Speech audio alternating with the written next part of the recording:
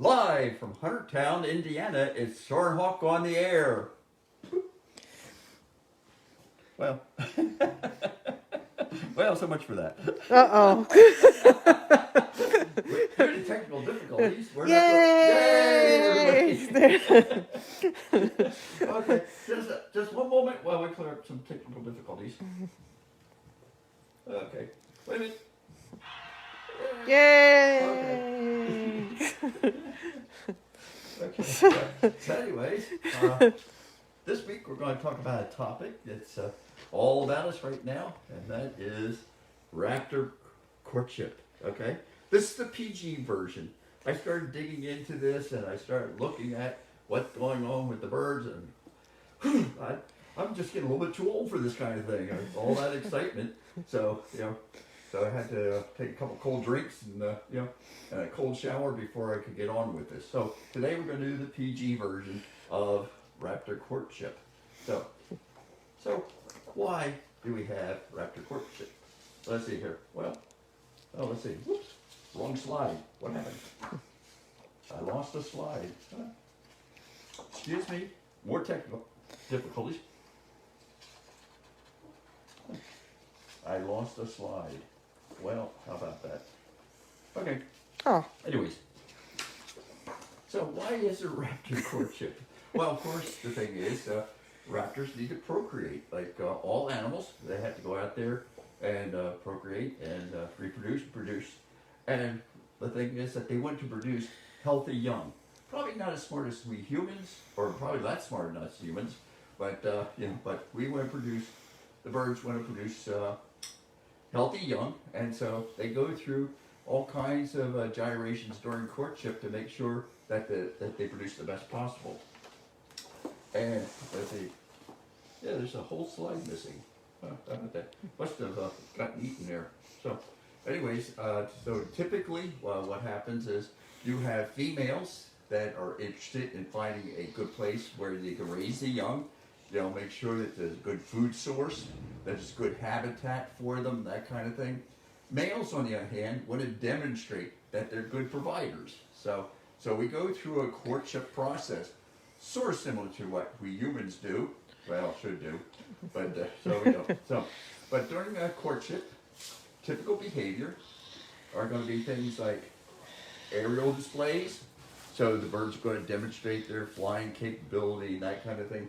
There's going to be vocalizations, calling to each other, establishing a routine back and forth. There's going to be aggressive interactions, In other words, faux attacks, faux aggressive behaviors. There's going to be some feeding activities that are going to go on, And also, there's going to be a little bit of billing and cooing going on during these interactions. So they go through a number of different steps, pretty much like humans do, okay? So, I don't know where I lost that slide.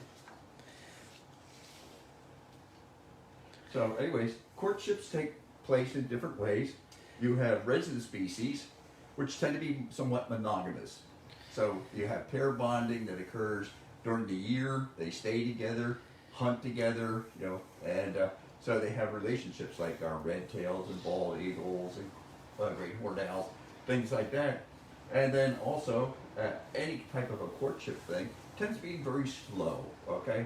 So it's a very gentle type thing, There could be some things that go on, a little bit of some randy business, but for the most part, it's very slow, monogamous, Whereas migratory species, like the birds that come flying up through here, like the broad-winged hawks, okay? Everything is quickly done, okay? It's like speed dating, okay? So they go out there, sometimes most of the times males arrive before females, and they start establishing territories. There are other birds that the females arrive first, and they usually make their presence known, either usually by doing calls and things like that. So you boys, come on over here. So they have that kind of thing. So anyways, there's two different variations, and depending on the species and how they live. So first I'm going to talk about the courtships the different types of aerial displays. There's different aerial displays, and you're starting to see those now. Okay, so you have undulating flights. In other words, it looks like a roller coaster type flight where the birds are going up and down and up and down. So they go up, then they dive down, and they pull up and then down again, and that kind of thing. And so you'll see them going around in a circle pattern, high up a couple 100 feet. So you'll see that. You'll see spirals. So you see birds doing circular loops. Going around back and forth, figure 8 patterns sometimes. So that but my favorite are loop to loops. Okay. So you have some of these birds. They'll go up in altitude, and then they'll just dive down, pull out, go all the way up, and then go completely around. And that's the neatest thing. I've seen that a couple of times, and it's kind of like, wow, how do you do that? So so I don't know. They're out there pulling about 3-4 Gs at the top of the loop and back around, and and usually there's some calls that go with that. You also get things like dives, where one adult will fly up and then dive down on the position where the other mate is sitting, and then pull out a couple feet above the mate, and then go up again. So they'll come flying down, dive over them, and swoop back up. So that's kind of an impression. Some of the birds do what they call pigeon flight. Okay, pigeon flight. What pigeons do is they get their wings up high, then they bring them all the way down where they actually touch underneath, and then back up. Well, with pigeons, actually they can actually make a snapping sound when they do that. Most of the raptors don't do that. They don't go all the way down, but they do what they call pigeon flight. So they'll go out, do the wing motion, and then they'll glide, and then they'll do it again and glide, and then do it again. So it's pretty chasing. That's another fun thing. So you see them out there. Male chases the female for a while, then the female chases the male for a while, and back and forth. These can last 8-10 minutes at a time, and so they chase after each other. And then there's just plain old getting out there, just soaring, side by side in tandem, just soaring around through the sky, just having a great time. Sometimes talking to each other, but just out there, just enjoying life. So it's kind of like us. But the other thing you ought to know about the whole thing about courtship is it can be a rather touchy affair. Okay, females are larger than males typically, and so the male has to very cautiously approach her, to make sure that she's receptive to being courted, and females are well armed. Okay, all these guys have nice sharp talons and nice sharp beaks. So if she doesn't appreciate being approached, she can take it out on the poor little guy. Okay, so it's it's a little touchy, and sometimes a lot of times males and females look alike, and so there can be some real surprises when you come up and approach somebody. So and they may not appreciate it. So it's kind of so anyway, so it's a touchy affair. So you have to be careful of who you're approaching. This usually doesn't happen so much with the monogamous birds as it does with the birds that tend to migrate. So like the harriers and the broadwing hawks and birds like that pass through some of the accipiters that are passing through, particularly like the sharp-shinned hawks. Those guys, sometimes some strange things happen, and it's not appreciated. So we'll start off with a couple of our favorite birds. Come on. Didn't lick that time. Okay. So we'll start off with a little kestrel. Little kestrels have a little display flight that they do. Of course, we've always seen them out there. They do the hovering type thing. But in this case here, what they do is they come by and they actually do a flutter. So they flutter their wings as they're passing by the female or male, whichever. In this case, it happens to be a female passing by the male. And so she comes by, does a little flutter thing, and to attract his attention. And then as things get along, gosh darn, bad habit. Sometimes things don't go so well. So here we get a little competition here. You get one guy, two girls, and So there's a little bit of a fight over, who's going to get the guy, you know. And so here's one lucky guy having a couple females fight over him. One thing that was really interesting was about the females. After they choose their mate, they still may have 4 or 5 suitors. And so while the mate's out looking for food and stuff, she has a couple suitors visit her. So this helps to spread out the gene pool a little bit, and what he doesn't know doesn't hurt him. So anyway, it's kind of like I said, it was kind of like, as I dug into this kind of thing. So anyways, so sometimes there's competition between birds that find a viable or suitable mate. And of course, then as things proceed, there's a little bit of feeding. Here's a couple kestrels, and Dad's just bought Mom a chameleon or a lizard. Okay, I think it's an anole lizard there. It looks like, and so she, I thought I picked this one rather than a mouse or something like that, something different. We don't have too many lizards around here, but so anyways, he brings her a nice lizard and says, "Okay, how you like this?" And so he feeds her a couple times, and this is sort of one of the things that works well with a lot of the birds. You show that you're a good provider. And I think they were watching this one particular kestrel, and he brought in like 10 lizards in a day. That's a good hunter, okay? That's a good hunter. So, and I guess that's why we don't have any lizards around here. All our kestrels are good hunters. Yeah. So. And then, of course, you end up with a mated pair, have a nice nest box or a nice nesting spot. One of the favorites I liked was the previous picture, that power line where there were some holes in the arms of the supports, and the birds were nesting in there. Oh. So it's a pretty neat thing. So, let's see here. So,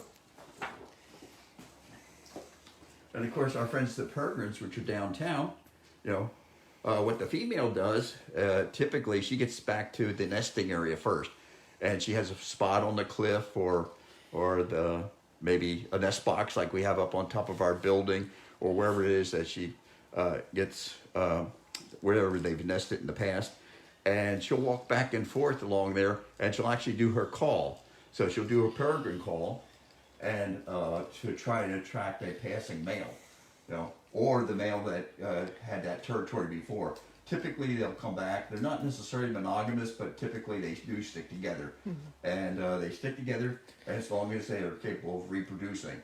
And so as soon as somebody isn't doing as well on their reproduction or providing food or things like that, then apparently if somebody new comes into the territory, then they'll shove the other mate out. And that's what happened over the years with our peregrines downtown, is that we've had replacements as the years went by, as replace a female or replace a male, and back and forth. Dang, gotta stop that habit, yeah. And of course the big thing is feeding, or exchanging food. So here's a male and a female, and they're doing a food exchange, and some of it can be really interesting. So he's above her and he's dropping food down, and she can grab it with her talons, and then she can take it back to the nest and eat it. Sometimes he'll drop it right at the nest. I'm sorry. Okay, freckles. Okay, so they go through that, but sometimes the behavior, so they'll do the soaring thing. They'll actually soar around each other, calling and yelling and screaming. And of course, sometimes, like has happened here in Fort Wayne, sometimes the males or the females will get into a fight, and that's why the peregrine mount that we have here of Freedom, she was displaced by another bird and was killed in the process. And so she was actually pursued, and actually I think she smacked into a building and broke her neck. And wow. But she was getting kind of old and wasn't reproducing that well, and so it was a replacement thing. So nature out there, it can be really kind of cruel, and of course, this is them up there in the nest box, getting ready for another season. And so our program should be coming back pretty soon. So if you get onto our website and look at the Falcon Cam, right now I think you're just going to see an empty box for a bit. But come about March, they'll start digging out a scrape to make a nest hole for laying the eggs in. Of course, some of the more spectacular aerial behavior, are the birds like the big red-tailed hawks and the big eagles. Hi, Freckles. You want to see this? This is what you're supposed to do. All right.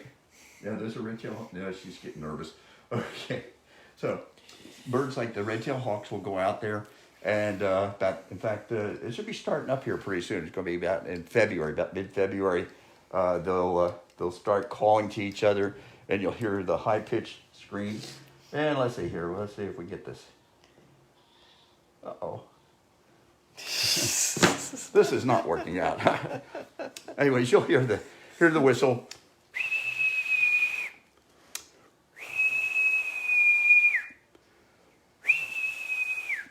So you'll hear that piercing call, and if you look up about 200 feet up in the air, quite often you'll find the red-tailed hawks circling.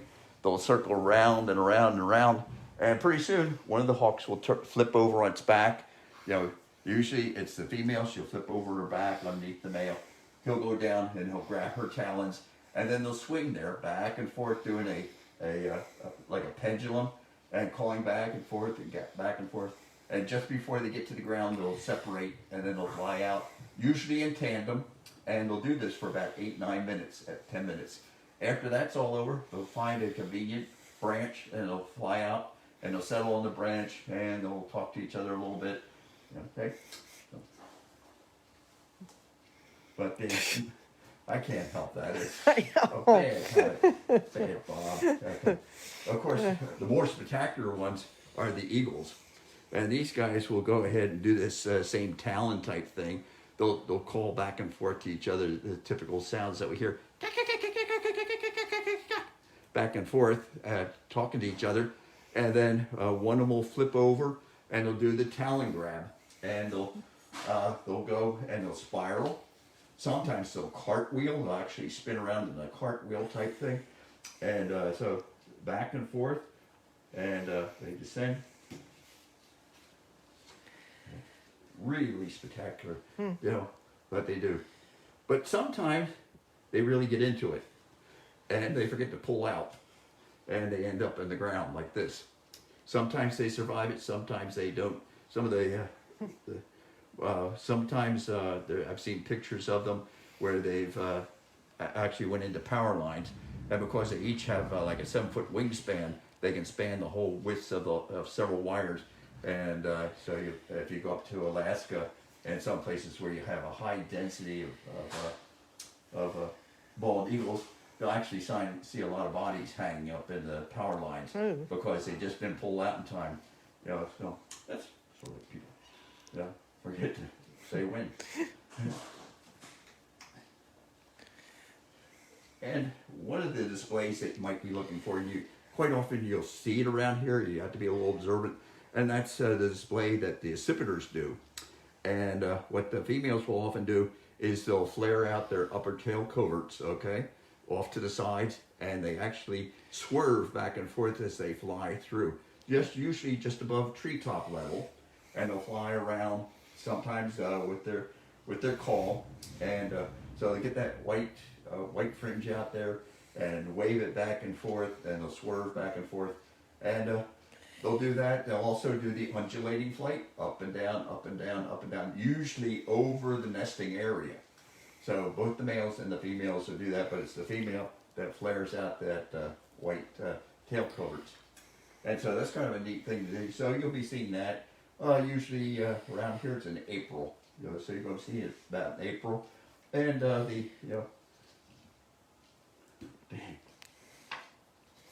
so. But sometimes you get into the same thing with the taloning. So here's a pair of coops going at it. I'm sorry, Sharpies. Sharpies going at it. Okay, same thing. Sharpies. Okay. she can't see over my shoulder. Okay. So again, same type of thing. So you get the Sharpies going after it. And then the more interesting ones are the Harriers. We don't see a whole lot of Harriers around here. Most of the Harriers that are here are only here for the winter. We used to get them quite a bit during the breeding season, but most of the farming practices have changed and we don't see them as often. But if you go down to some of the marshlands, you will have them.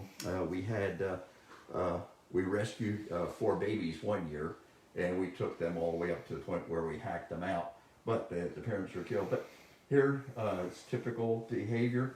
This is a pair of Harriers, and he's handing off nesting material. Okay, so he's got this nice. He's giving her a flower. See, she's got a flower there. He's handing her a flower. How romantic! And so she's going to take that back, and she's going to put that in the nest. But the Harriers are one of the birds that actually do loop-de-loops. And let's see, where are we? Oh yeah, this is one of my favorites. And of course, there's also feeding. So, Wow. So here he is, dropping a small meal for mom. So, okay, so male Harrier up here, female Harrier down here, and here's a squirrel that's seen better days. Actually, what he's saying is, so far, so good. Catch. Catch. So anyway, but they will do loop-de-loops. So they'll actually go up and they'll go over, and it's just a fantastic thing to watch. But they're very acrobatic birds, and so they typically when they hunt, they're about 8-10 feet off the ground, and depending on the wind. But you would think with the long wings and everything, they couldn't do some of that stuff. But no, they can get up there and they can just pull 3-4 G's, get up over the top, and come back down again. But sometimes some of the birds do rolls. So what, particularly like the peregrines, they'll tuck one wing in. That allows one wing to lift, so they spin, and so they'll actually do rolls. So I've seen peregrines do the rolls, victory rolls I call them. After they've chased a bunch of birds, they'll come down and birds go every which way, and they're just having fun because they, just trying it out, see how it goes. And of course, as we get past all that exercise and everything and all that flying, it comes time to do a little billing and cooing. And so typically, they call this allopreening. So they go in there and they actually preen each other, particularly around the face, around the beak, so they get in there, nuzzle that, okay, around the head, particularly because you can't get your bugs on the back of your head, you can get the bugs everywhere else, but when it comes to the back of the head and places like that, it's kind of rough. Yeah, around there, Chewy. He's not paying attention. He's not that mature. Is that going? Is that really that's what you have to say? Anyway, so there's a little bit of that. And of course, our barred owls, we've seen this with our guys even. Mm-hmm. So they'll get there again, snuggling up, and this is after they've had a good time doing their "Who cooks for you? Who cooks for y'all?" calls. And right now, I'm hearing a lot of that. A lot of that's going on. I can hear them down the road from me. So some of you people live around some of the lakes and things are going to be hearing that. So they're getting ready. So it seems to me that's a little early. Usually I don't hear it until February, but they've been calling to each other. And I imagine, are they calling out here at night? Or we don't know? I don't know. I haven't been out late enough to hear. Okay, so they should be calling. So there's a little bit of that, Now, we went and tried to find out a little bit more about great horned owls to see if they snuggled or did anything like that. And it's called I Don't Want You Here Anymore. So it's none of your business, that kind of thing. Oh, my God. Oh, wow. Look what Chewy just did. Yeah, look what you just did. I was trying to catch it. I missed it. Wow, how about Good one, that? Chewy. That's a big pellet. That's a big pellet, okay. We'll save that for another lesson. Yeah, that goes. Yeah. Thanks, Chewy. Yeah. Wow. I thought one was coming up by the way he kind of did that It yawn. was, yeah. Good job, Chewy. So anyway, so I don't want you here anymore. I don't want you to spy on us. But one of the things that's kind of neat is kind of watching some of the birds. They do a thing where they actually do some bowing. So the male comes up and he bows to the female. Sometimes he offers her some food. And so there's a little bowing and that kind of thing. And right now is a good time for listening to the great horned owls because they're out there, and you'll hear them out there.